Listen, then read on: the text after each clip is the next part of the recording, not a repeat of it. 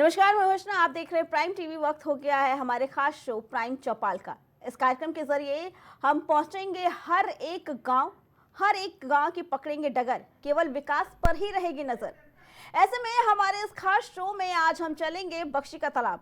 यहां हमारे संवाददाता ने ग्राम पंचायत में जाकर गांव के विकास की नब्ज टटोली। गांव है तो हम हैं, गांव है तो कल है। देश के विकास के लिए गांव सबसे मजबूत कड़ी है। देश तभी विकसित हो पाएगा जब गांव विकासशील बनेंगे। गांव को विकास के पंख लगाने के लिए केंद्र की मोदी सरकार ने कई कल्याणकारी योजनाओं को लागू किया है। आइए जानते हैं कि ऐसी कौन सी योजनाएं हैं जिन्होंने गांव के लिए विकास में मुख्य भूमिका निभाई। इस बीच हमारी टीम ग्राउंड जीरो पर जमीनी हकीकत को परखने के लिए उतरी। इसी कड़ी में हमने बख्शी का तालाब के ग्राम पंचायत बड़सर गांव के लोगों से बात की, तो उन्होंने बताया कि यहां पर प्रधानमंत्री और मुख्यमंत्री द्वारा चलाई जा रही योजनाओं का लाभ मिला है। तमाम सारी योजनाएं आ रही सरकार की, उन सारी योजनाओं को यहाँ गांव में कितना धरातल पे आप उतरते देख रहे हैं? जितनी सरकार ने योजनाएं चलाई हैं, समथिंग की सभी योजनाओं का लाभ ग्राम के प्रधान दीपक लोधी जी सभी जनता को दे रहे हैं।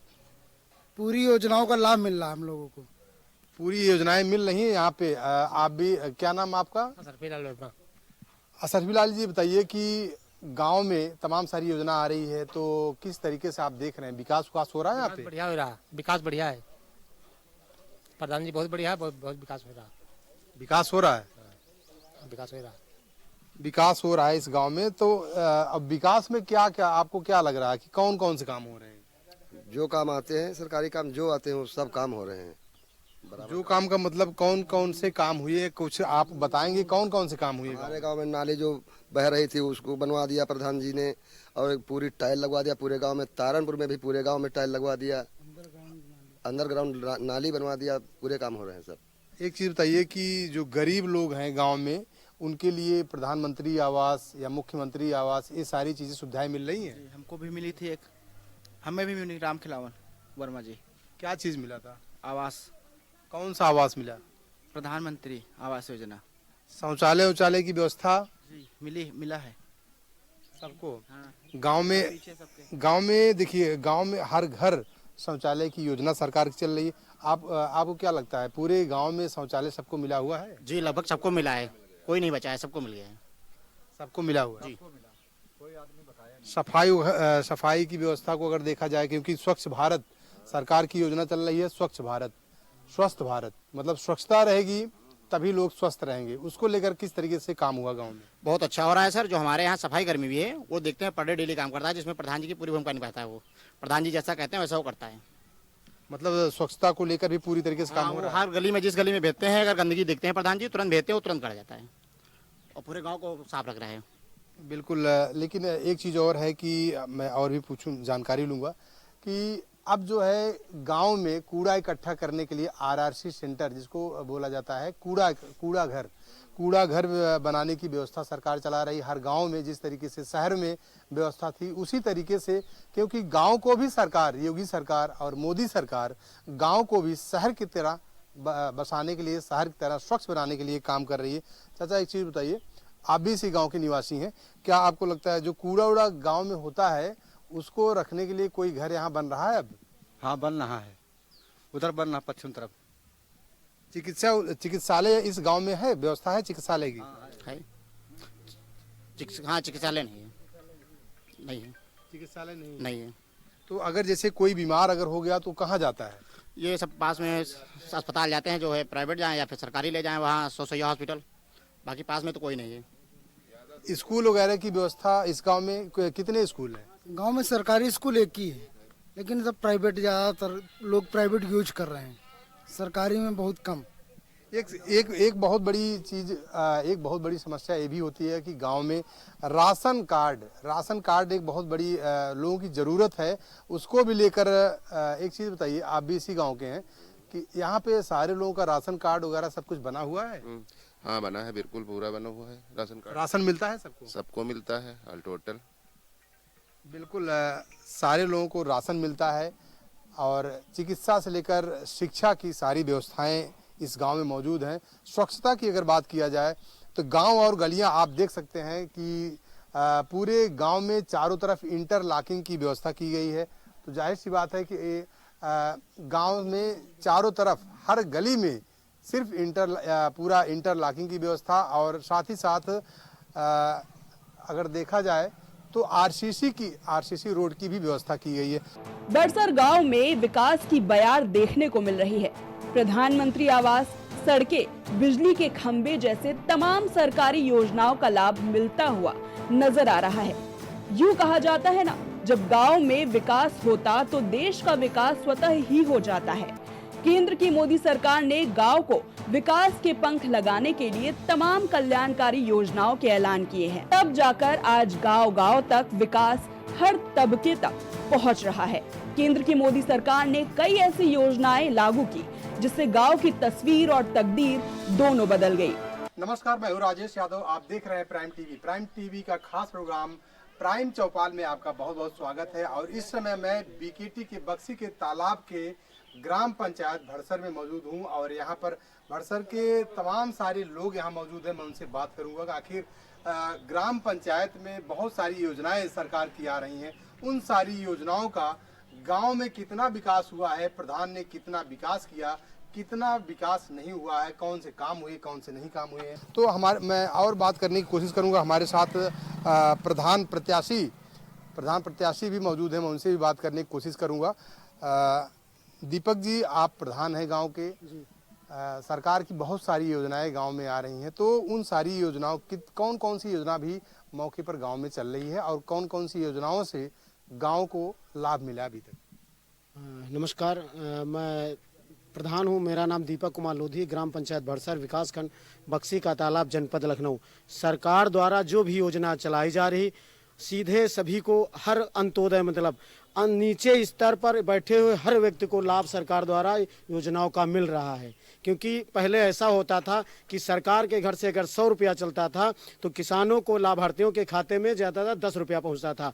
अब सरकार की ऐसी मंशा है, अगर वहां से 1 रुपया चलेगा तो सीधे लाभार्थी के खाते में 1 रुपया मिलेगा। सरकार द्वारा जैसे प्रधानमंत्री आवास है वो भी सीधे खाते में लाभार्थी मिला, और शौचालय की व्यवस्था है वो भी सीधे खाते में, किसान सम्मान निधि वो भी सीधे खाते में मिलता है, और उज्ज्वला योजना के तहत गैस सिलेंडर सब जो जरूरतमंद है सभी को मिला है, और राशन कार्ड भी सभी लोगों को, जो सरकार द्वारा योजनाएं चला जा रही जिनको मिलना चाहिए उनको मिला है। और हम एक चीज और है कि स्वच्छता को लेकर अभी जो सरकार की योजनाएं चल रही हैं, स्वच्छ भारत, स्वस्थ भारत, इसके तहत आप कौन से काम करवा रहे हैं अभी अपने ग्राम सभा में? स्वच्छ भारत के तहत ध्यान दिया जाता है। जैसे नालियां हैं, नालियां ज़्यादातर खुली न रहें, अंडरग्राउंड नालियां रहें, जिससे कूड़ा ना हो जमा हो, और कूड़ा जमा होगा तो मच्छर पनपेगा, जब मच्छर पनपेगा तो बीमारियां होगी। इसलिए हम ज़्यादातर ऐसा करते हैं कि सभी जितनी ज़्यादा हो सके अंडरग्राउंड नालियां बनाए जाए, जिससे मच्छर और गंदगी ना हो सके। अगर खुला नाली है उस पर पत्थर डलाने का काम किया जा रहा है। और आरसी सेंटर हमारे यहाँ बना नहीं है, बन रहा, जिसका निर्माणाधीन है, काम चल रहा है, और वो घर घर कूड़ा उठाने का काम करेगा। यह योजना बहुत अच्छी है। बिल्कुल। तो आपने सुना कि प्रधान जी ने बताया सारी चीज़ें, और गांव के लोगों ने भी बताया सारी चीज़ें कि गांव को किस तरीके से स्वच्छ रखा जा रहा है। यहाँ पे आरआरसी सेंटर बनाया जा रहा है। साथ ही साथ गलियों की अगर बात करें तो गलियां भी पूरे गांव में चाक चौबंद की गई हैं। कहीं भी किसी तरीके से कोई भी समस्याएं मौके पर यहाँ पर अगर देखी जाए तो नहीं है, क्योंकि पूरा प्रधान ऐसा है, शिक्षित प्रधान, वही कहते हैं कि शिक्षित बनो, आगे बढ़ो, तो जाहिर सी बात है उसी के रास्ते पे प्रधान चल रहे हैं। जी प्रधान जी बताइए। केवल मैं सरकार से एक अनुरोध करना चाहता हूं, इन कामों में तो बहुत अच्छा हो रहा है, गांव का विकास हो रहा है, लोगों का विकास हो रहा है। स्वच्छ भारत, स्वस्थ भारत और सुंदर भारत, अगर हम स्वच्छ हमारा गांव रहेगा तो सब लोग स्वस्थ रहेंगे। मगर इसके तहत हमें सरकार से ये अनुरोध है, इसी प्रकार जिस तरह हर कामों पर ध्यान दिया जा रहा, प्राथमिकता दी जा रही है, मगर शिक्षा को लेकर अब शिक्षा पर ज़्यादा ध्यान देना होगा। अगर हमारा बच्चा, हमारा गांव शिक्षित होगा तो अपने आप विकास होगा। शिक्षा पर ज़्यादा दें, क्योंकि प्राथमिक विद्यालय, माध्यमिक विद्यालय, उन पर ज़्यादा पढ़ाई विशेष तौर पर नहीं हो रही। जिस प्रकार पढ़ाई होनी चाहिए उस पर ध्यान नहीं दिया जा रहा। शिक्षा को लेकर जागरूक होना पड़ेगा सरकार को। चलिए, बिल्कुल आपकी बात बिल्कुल सही है कि शिक्षा के प्रति सरकार को जागरूक होना पड़ेगा, क्योंकि अगर गांव अगर जागरूक होगा, गांव अगर शिक्षित होगा, तो जाहिर सी बात है कि वो आगे बढ़ेगा और स्वच्छता के साथ साथ में पूरे गांव को विकसित होगा, पूरा गांव विकसित होगा। और इसी के तहत पूरा भड़सर गांव की अगर बात करें, पूरा भड़सर गांव जो है, ग्राम सभा जो है, पूरा विकसित किया गया है यहाँ के प्रधान दीपक लोधी के द्वारा। चलिए, इसी के साथ आपका बहुत बहुत धन्यवाद। और साथ ही साथ प्राइम टीवी में इसी के लिए अभी तक के लिए बस इतना ही। अगले गांव में मैं फिर किसी गांव के साथ मुलाकात करूंगा। तब तक के लिए देखते रहिए प्राइम टीवी। पीएम मोदी ने देश को विकसित बनाने के लिए गांव के विकास पर खास फोकस किया है। इसकी बानगी बख्शी का तालाब के ग्राम पंचायत बड़सर में देखने को मिली। Desk report Prime TV. बता दें कि ये तस्वीरें देखिए आपने, जहां पे ग्राम पंचायतों के विकास की पड़ताल की गई। वहां पता चला कि कहीं पे तो विकास हुआ है, लेकिन कई जगहों पर विकास के नाम पर सिर्फ छलावा हुआ है। प्रधानमंत्री और मुख्यमंत्री द्वारा कई योजनाएं चलाई गई हैं, लेकिन कई गांव में ना तो पीएम आवास योजना का लाभ मिला है, ना ही सीएम योजना का लाभ मिला है। इसके चलते गांव का विकास भी दूर होता जा रहा है।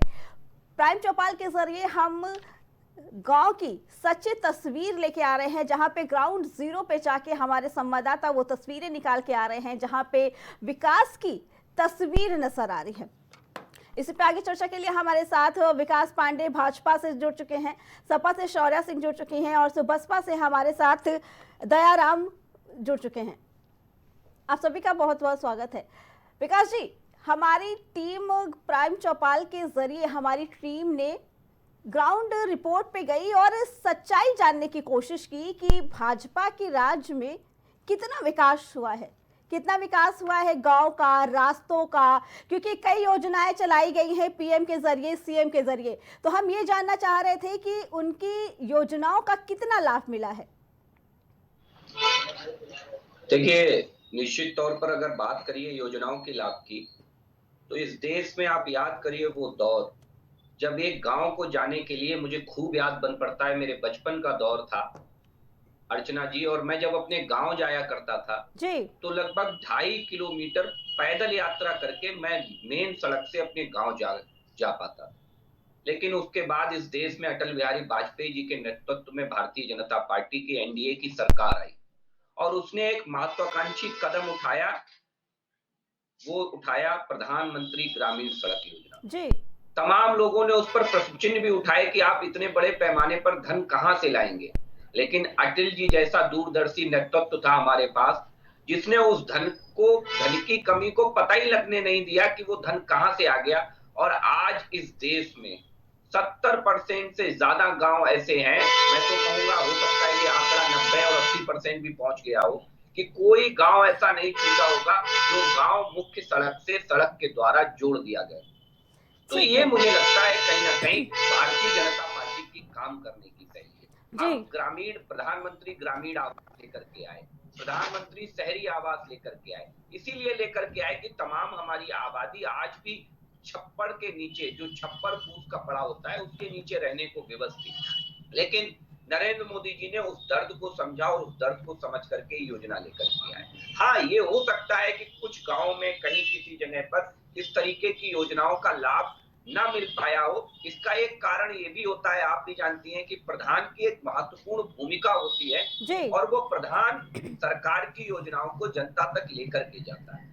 लेकिन कहीं ना कहीं अगर कई बार हमारी सरकार की मंशा के विपरीत कहीं प्रधान अगर होते हैं, तो वो इस तरीके का अटेम्प्ट करते हैं, सरकार की योजनाओं को नीचे तक नहीं ले जाने देते हैं। इसका उदाहरण आपने अर्चना जी देखा कि दिल्ली की सरकार हो चाहे बंगाल की सरकार हो, तमाम केंद्र की योजनाओं को उन्होंने अपने यहाँ राज्य में लागू ही नहीं करने दिया। ठीक है शौर्य जी, हम आपसे जानना चाहेंगे, क्योंकि लगातार सपा की तरफ से ये मुद्दे उठाए जाते हैं जनता की आवाज बनकर कि गांव में विकास नहीं हुए हैं, चाहे शौचालय हो, वहां पे बच्चों के लिए खोले गए पाठशाला हो, स्वास्थ्य केंद्र हो, यहाँ तक कई जगहों पे पंचायत भवन भी नहीं बने हैं।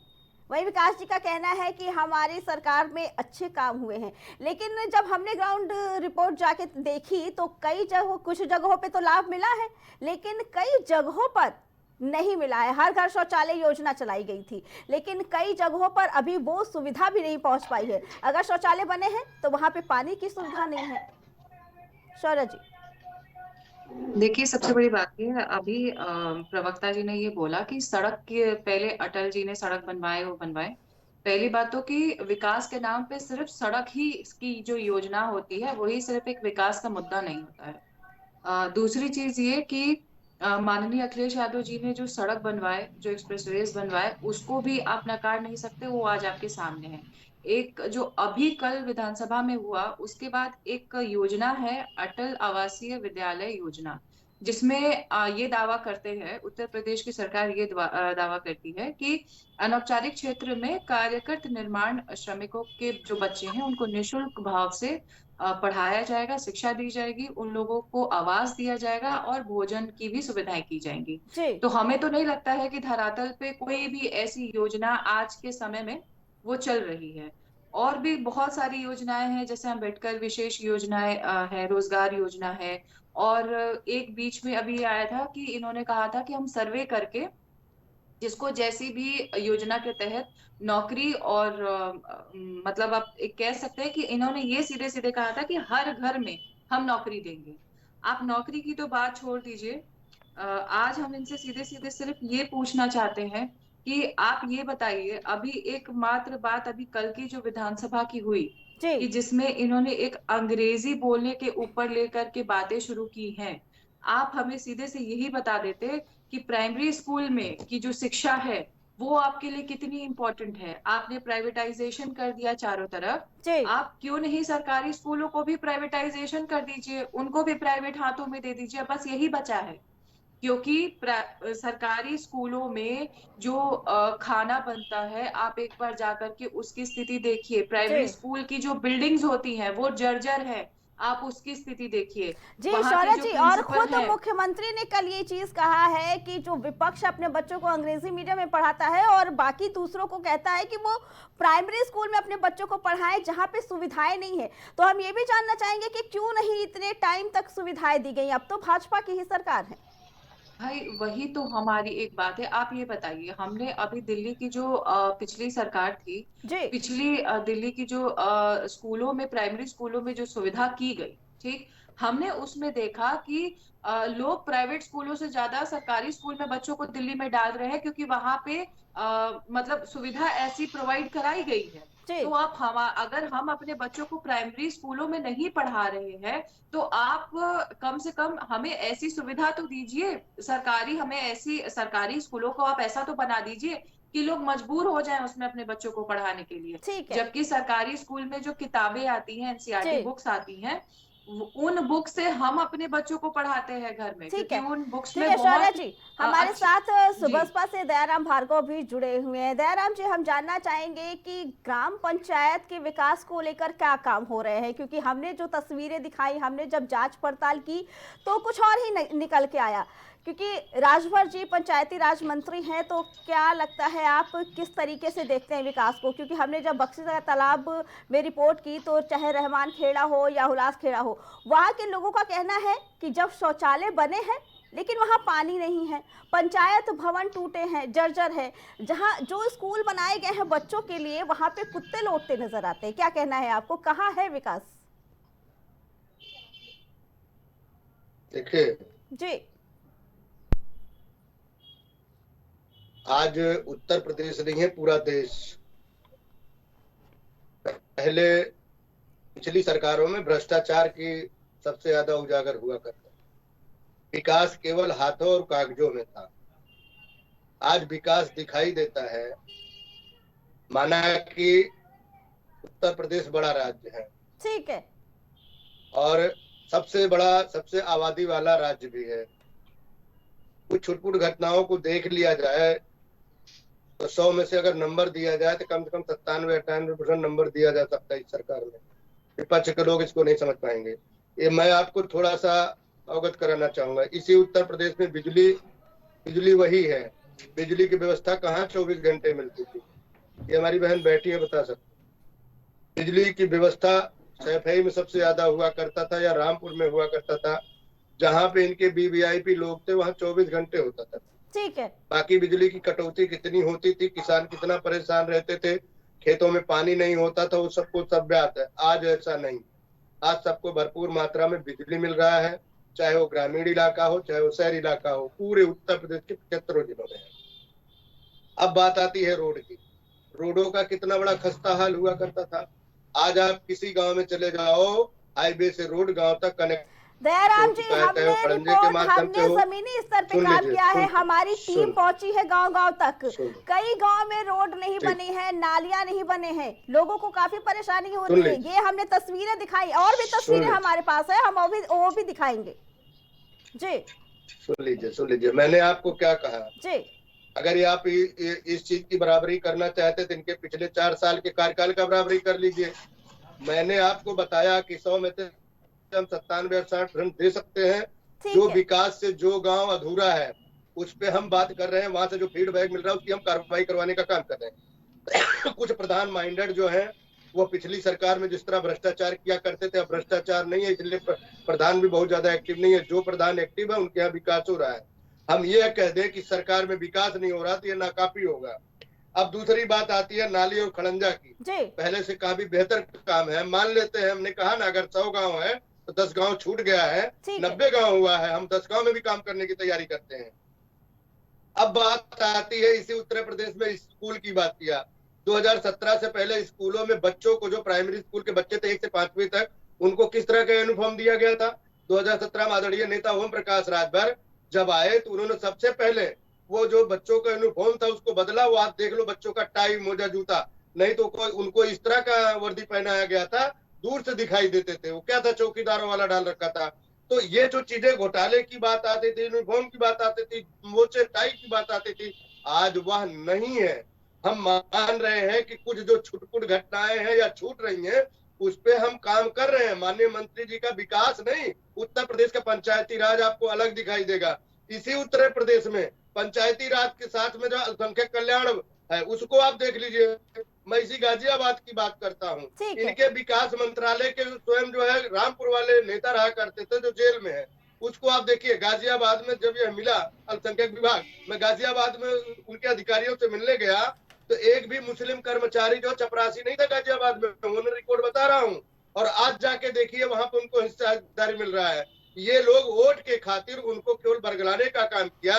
तो भारतीय समाज पार्टी, एनडीए सरकार, भाजपा की सरकार ने वोट की बात नहीं करी है, विकास की बात करी है। हम विकास को आगे बढ़ाने का काम कर रहे हैं। ठीक है, आपकी बात का जवाब लेना चाहेंगे। शौर्य जी, क्या कहना है? इनका कहना है कि जब सपा की सरकार थी उस वक्त हालात और ज्यादा खराब थे और अब हालात सुधरे हैं।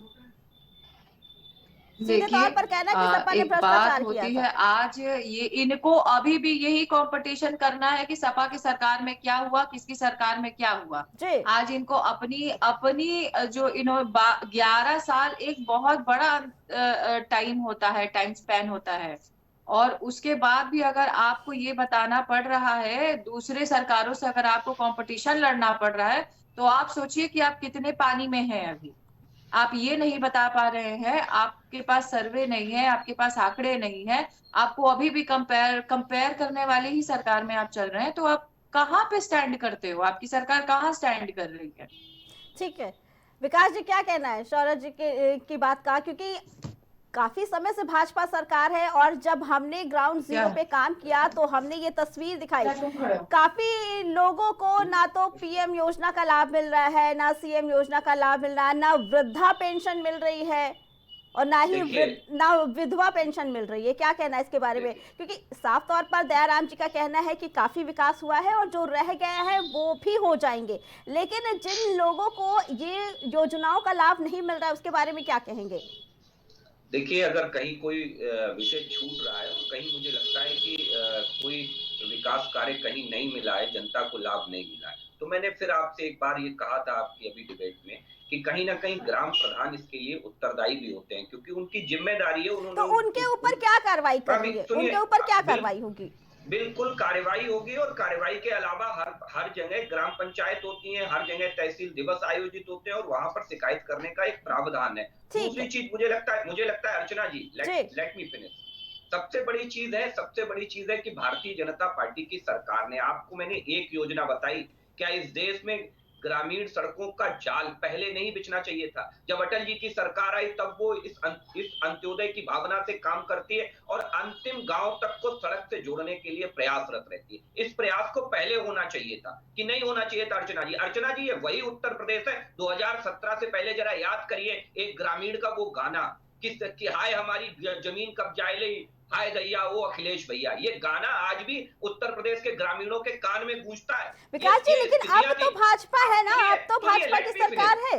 लेट मी फिनिश अर्चना जी, लेट मी फिनिश। मैं भी बताए दे रहा हूँ, बड़ा दर्द हो रहा था हमारी पैनलिस्ट की साथी को कि उत्तर प्रदेश की विधानसभा में अंग्रेजियत की खिलाफत करने वालों को जब आईना दिखाया, तो अखिलेश यादव जी से जरा पूछ लीजिए कि एक ग्रामीण अंचल से चल करके साइकिल पर सवार होकर के एक किसान का बेटा जब उत्तर प्रदेश का मुख्यमंत्री बनता है, तो मुख्यमंत्री बनने के बाद वो ना अपनी बिरादरी के गरीबों की चिंता करता है, ना उत्तर प्रदेश के गरीबों की चिंता करता है। उसका बेटा जाकर के ऑस्ट्रेलिया में पढ़ाई करता है। ये इस उत्तर प्रदेश ने देखा है। शायद इसी का दर्द माननीय मुख्यमंत्री योगी आदित्यनाथ जी के हृदय में छलका, इसीलिए उन्होंने इस बयान को दिया। और वो दर्द आप महसूस कर सकती हैं, समाजवादी पार्टी के नेताओं के दिल में ऐसे चुभन पैदा कर गया कि जैसे वो उनके ऊपर बिल्कुल फिट बैठता हो। आज आप देख लीजिए, ड्रोन दीदी की बात करिए, ग्रामीण सखी की बात करिए, और चाहे आप स्वयं सहायता समूहों की बात करिए। क्या कभी आपने देखा था कि स्वयं सहायता समूह अर्चना जी इतने स्ट्रांग हुए हो जितने मोदी जी ने स्ट्रांग करने का काम किया? ठीक है विकास जी, एक सवाल का जवाब चाहेंगे। आप भी मानते हैं कि गांव में जो स्कूल है, प्राइमरी स्कूलों की हालत सही नहीं है? आप मानते हैं ये चीज? नहीं अर्चना जी, मैं इस बात से कतई मुख्यमंत्री इस बात को मानते हैं और आप नहीं मानते हैं। मैं बता रहा हूं ना, उन्होंने जिसके लिए कहा वो बात समझिए आप। पहले तो उनका मर्म समझिए, उनके शब्दों को आप तोड़ मरोड़ करके पेश मत करिए, उनके भाव को समझिए, उनकी भावना को समझिए। और उनकी भावना उत्तर प्रदेश के आम इंसान के लिए वैसी है जैसी आपकी है और हमारी है। मुझे लगता है कि इस चीज को आप समझने का प्रयास करिए। दूसरी चीज मैं आपसे गारंटी के साथ कहता हूं, आप हमारे यहाँ आइए। जिस अटल आवासीय विद्यालय का इन्होंने जिक्र किया, मुझे नहीं पता कि इनके यहाँ की क्या स्थितियां होंगी। मैं फर्रुखाबाद जैसे छोटे से जनपद से आता हूं। हमारे यहाँ आइए राजेपुर ब्लॉक में, आज देखिए चल के पंडित दीनदयाल उपाध्याय आवासीय विद्यालय बना हुआ है। देखिए उस विद्यालय को आकर के मैं आमंत्रित करूंगा आपकी टीम को। हमारे यहाँ शमशाबाद ब्लॉक में। ठीक है विकास जी, हमारी टीम जरूर आपने जो बताया वहां जाएगी, लेकिन हमारी टीम ने जिन गाँव का निरीक्षण किया हम उसके बाद बता देते हैं। रहमान खेड़ा, हुलास खेड़ा, ये दो गांव हैं ऐसे जहां पे हमारी टीम गई, लोगों से बात की, और लोगों का ये कहना है कि ना तो पेंशन का लाभ मिल रहा है, शौचालय बने हैं, पानी नहीं, शौचालय बने हैं लेकिन वहां तक पानी नहीं पहुंचा, इसलिए इस्तेमाल नहीं कर सकते। ठीक है, दयाराम जी से जानना चाहेंगे। दयाराम जी क्या कहना है? आपने कहा कि जो काम अर्चना जी कई गांव में टंकियां बन रही हैं और कई जगह बनकर के तैयार हो चुकी हैं, कई बन रही हैं। हर जगह ये नरेंद्र मोदी जी का प्रण है कि 2029 तक हम हर घर में नल से जल पहुंचा करके रहेंगे। और कई गांव ऐसे हैं अर्चना जी, जरा आज से मैं ये नहीं कहता हूं आपको कि काम हमने किया, जरा ठीक पूर्ववर्ती सरकारों की तरफ जाइए तो कितने गांवों में टंकियां बनी होती थी। आज देखिए, मुझे लगता है उत्तर प्रदेश के 50% गांव में टंकियां बनकर के तैयार हैं और गांव में पानी नल से पहुंच रहा है। ठीक है, दयाराम जी से जानना चाहेंगे। दयाराम जी, आपने कहा कि कई जगह विकास हुए हैं और कुछ जगह जो नहीं हुए हैं वो भी विकास हो जाएंगे, लेकिन क्या लगता है आपको कि जो विकास जिन गांव तक नहीं हो पाया है, काम नहीं हो पाया है, वहां के गांव के लोगों को योजनाओं का लाभ नहीं मिल पा रहा है, ये किसकी गलती है, किसकी खामियां हैं?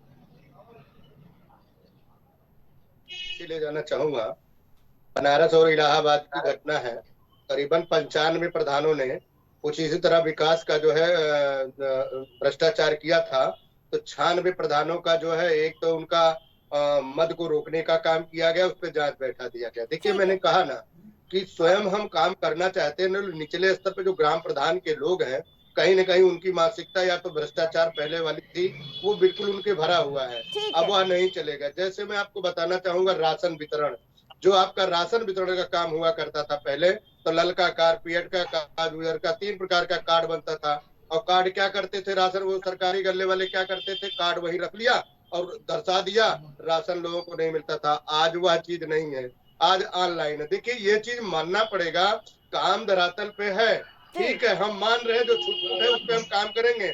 दूसरी बात एक और बताना चाहूंगा, दिल्ली से मेरठ और दिल्ली से मुरादाबाद जो ये रोड NH-24 हुआ करता था, कांग्रेस की सरकार केंद्र में थी, उत्तर प्रदेश में सपा बसपा की सरकार थी, जो भी सरकार आती थी वो लिख के भेज देती थी ये रोड बन जाए, ये रोड लटका रहता था, दयाराम जी, इतना जाम राजभर रहता जी था। पंचायती राज मंत्री है और करोड़ों की फंडिंग की जाती है गांव के विकास के लिए। क्या लगता है कि इसको लेकर जो भी दोषी है, जिनकी वजह से ये काम नहीं हो पा रहे, उनके ऊपर किस तरह की कार्रवाई की जाएगी? बिल्कुल बिल्कुल, मैंने कहा ना, जो भी प्रधान दोषी होगा, चाहे BDC दोषी, जो भी अधिकारी कर्मचारी दोषी होगा, उस पे सख्त कार्रवाई की जाएगी। जीरो टॉलरेंस पे बात हो रही है। और आपको मैं बार बार इस चीज को कह रहा हूँ, जब से आदरणीय नेता ओम प्रकाश राजभर को यह मंत्रालय मिला है, आप इसमें पारदर्शिता देखेंगे।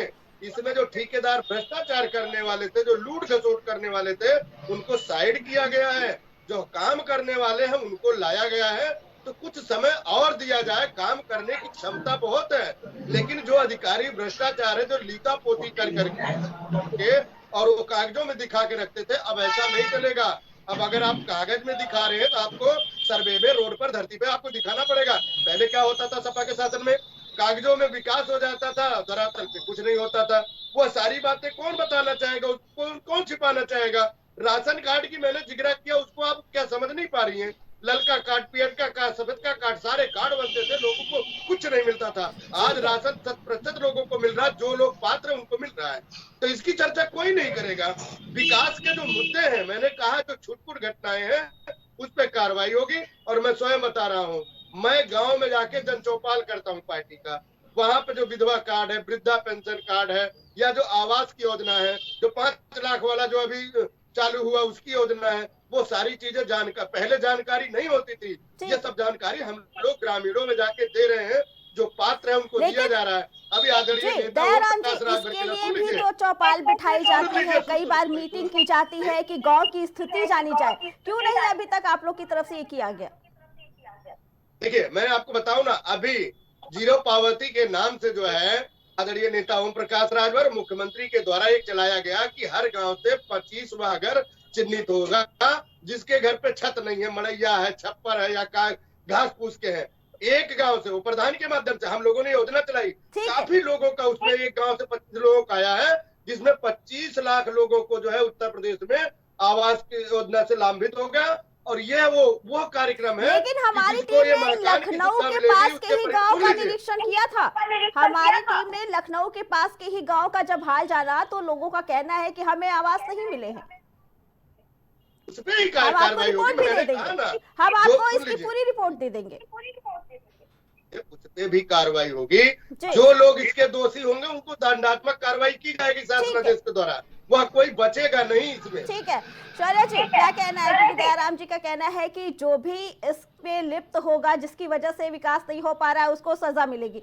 और साफ तौर पे इन लोगों का ये कहना है कि सपा के राज्य में ज्यादा भ्रष्टाचार था और तब से लेकर अब तक हमने विकास ही किया है।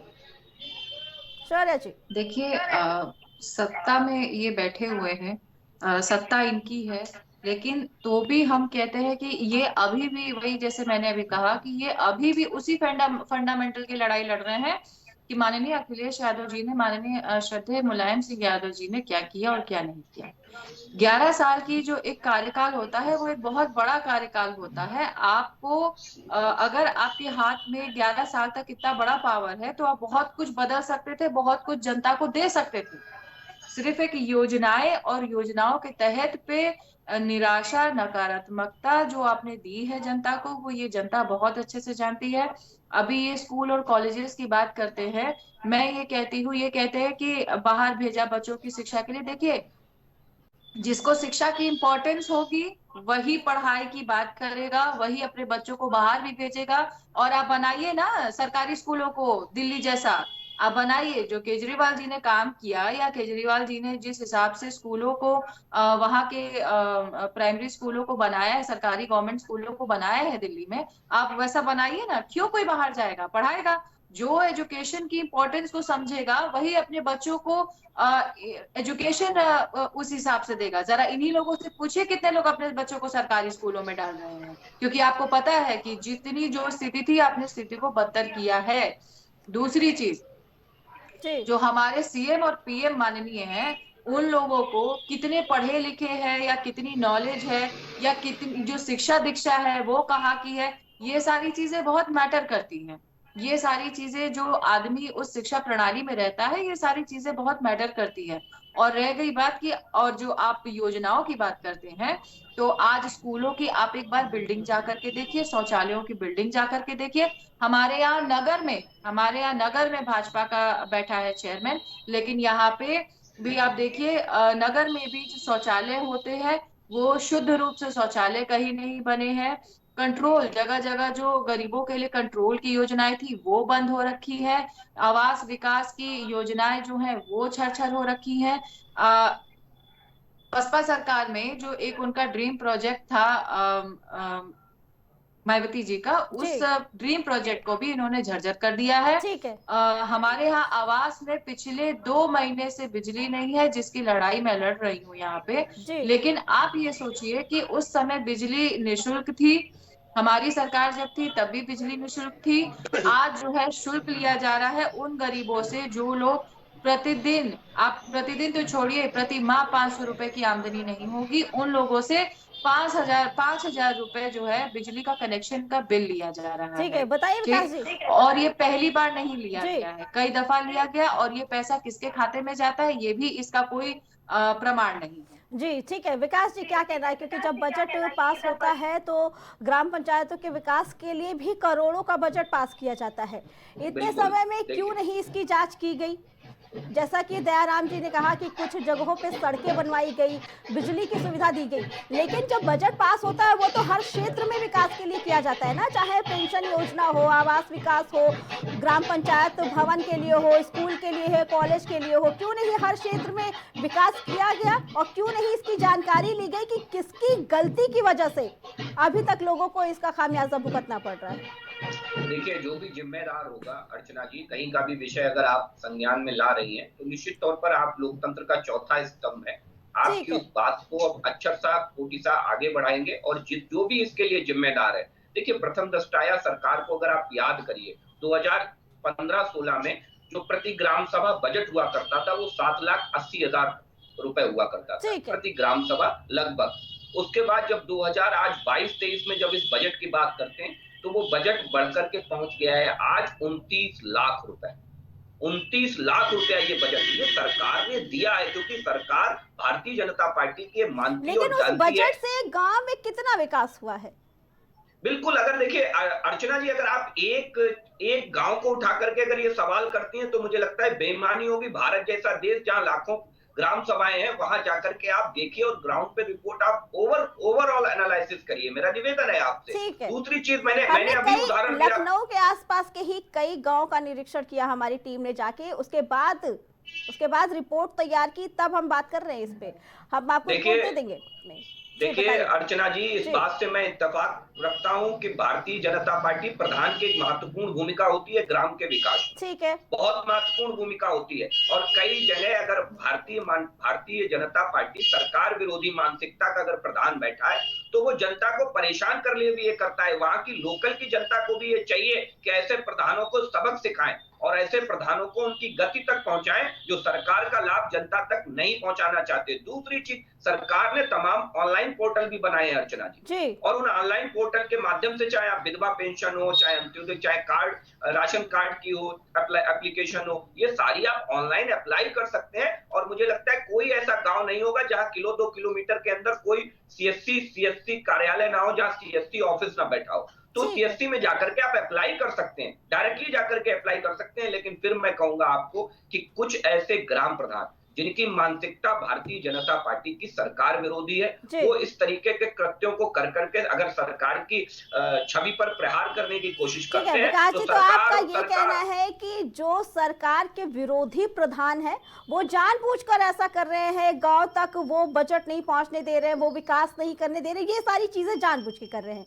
तो ऐसे प्रधानों को सजा देने के लिए या उन पे किस तरह की कार्रवाई करने के लिए आप तैयार हैं?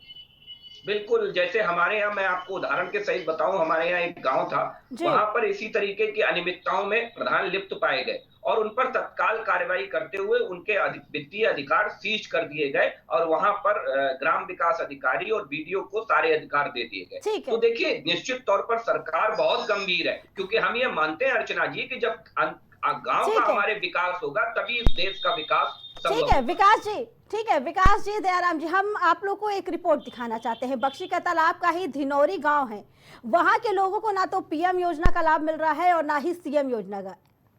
गांव के लोगों का कहना है कि प्रधान वोट मिलने ना मिलने के आधार पर गांव में गुटबाजी करते हैं। उनका कहना होता है कि जो वोट देगा, जहां पे वोट दिया जाएगा वहीं पे विकास होगा। दिखाते हैं हम आपको रिपोर्ट। बख्शी का तालाब में धिनौरी गांव के लोगों को ना तो पीएम योजना का लाभ मिल रहा है और ना ही सीएम योजना का। गांव के लोगों का कहना है कि प्रधान वोट न मिलने के आधार पर गांव में गुटबाजी कर रहे हैं। लोगों का कहना है कि उन्हें सरकार के आवास नहीं मिल रहे हैं क्योंकि गांव के प्रधान अपने ही लोगों को आवास दे रहे हैं, जरूरतमंदों को नहीं।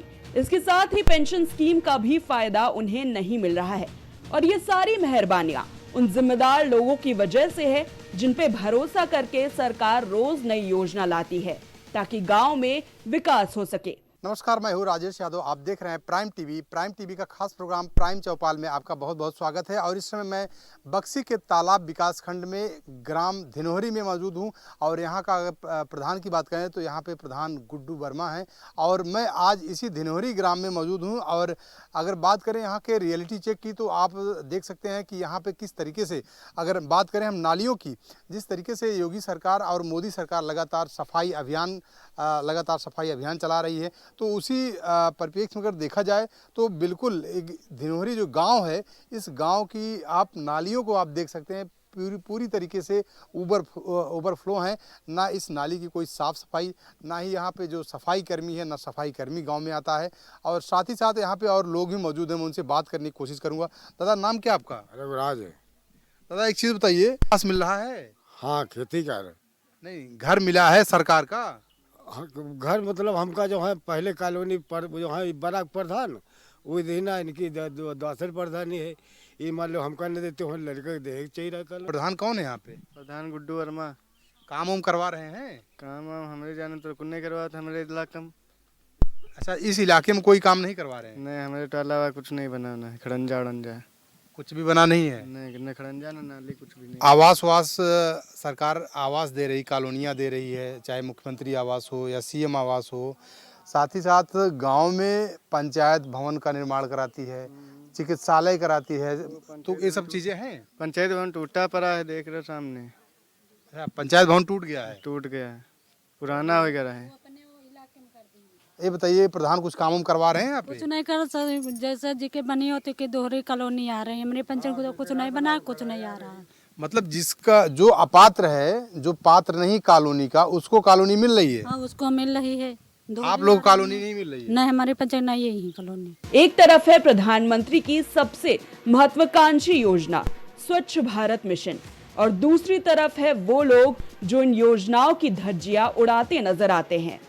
ऐसा ही एक तस्वीर हम आपको दिखाते हैं लखनऊ के बख्शी का तालाब तहसील के धिनौरी गांव की, जहां के प्रधान गुड्डू वर्मा ने गांव में कोई भी काम नहीं करवाया है। गांव में ना नाली बनी है, ना ही खड़ंजा, और जो नालियां हैं वो भी ओवरफ्लो है, जिसकी वजह से लोगों का जीना बहुत मुश्किल हो गया है। प्रधान गुड्डू वर्मा का कारनामा तो इतना गजब का है कि गांव में विकास तो दूर की बात, गांव का पंचायत भवन भी टूटा है, जिसको प्रधान गुड्डू वर्मा ने अभी तक ठीक नहीं करवाया है। दरअसल पंचायत भवन बिल्कुल जर्जर हो चुका है और कभी भी कोई भी हादसा हो सकता है। यहाँ तक गांव में आंगनबाड़ी केंद्र की स्थिति भी बहुत खराब है, जहां बच्चों का उज्जवल भविष्य गढ़ा जाता है, वहां अब कुत्ते लौटते नजर आते हैं।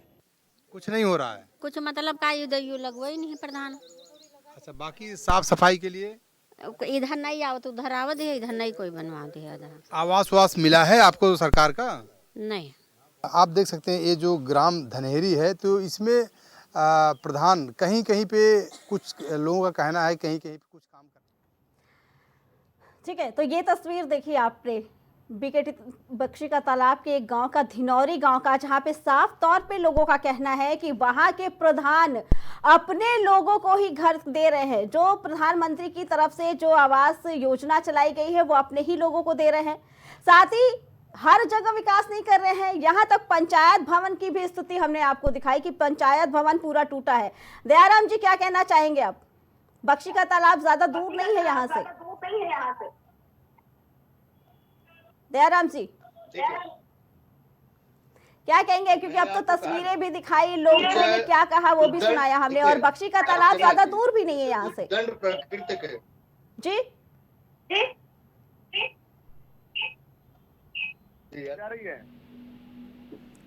जी दयाराम जी बताइए। हाँ देखिए, मैंने आपको कहा ना, कुछ उजड और बदमिजाज के प्रधान हैं जो सरकार के किए हुए कामों को नहीं करके पब्लिक में जो है उनको वो मैसेज ना दे करके, उनका विकास ना करके गलत काम कर रहे हैं। उन पर कार्रवाई होगी। मैं फिर कह रहा हूँ, ऑन कैमरा कह रहा हूँ, आप भिजवाइए, कार्रवाई होगी। दूसरी बात, ठीक है, दूसरी बात देखिए, हमने इसीलिए नाम के साथ बताया, और हमारे रिपोर्टर हर जिले में जाएंगे। ये तो लखनऊ की 2 तस्वीरें दिखाई, लेकिन हर जिले में हम काम कर रहे हैं प्राइम चौपाल के जरिए। सुन लीजिए जी, हमारी बात सुनिए अर्चना जी, सुन लीजिए। दूसरी बात, हमारी जो सपा की हमारी प्रवक्ता साहब है, बात कर रही थी शिक्षा को लेकर के। कम से कम आप शिक्षा के ऊपर ना बोले। आप बोलने लायक आपके मुखिया ने किया नहीं था।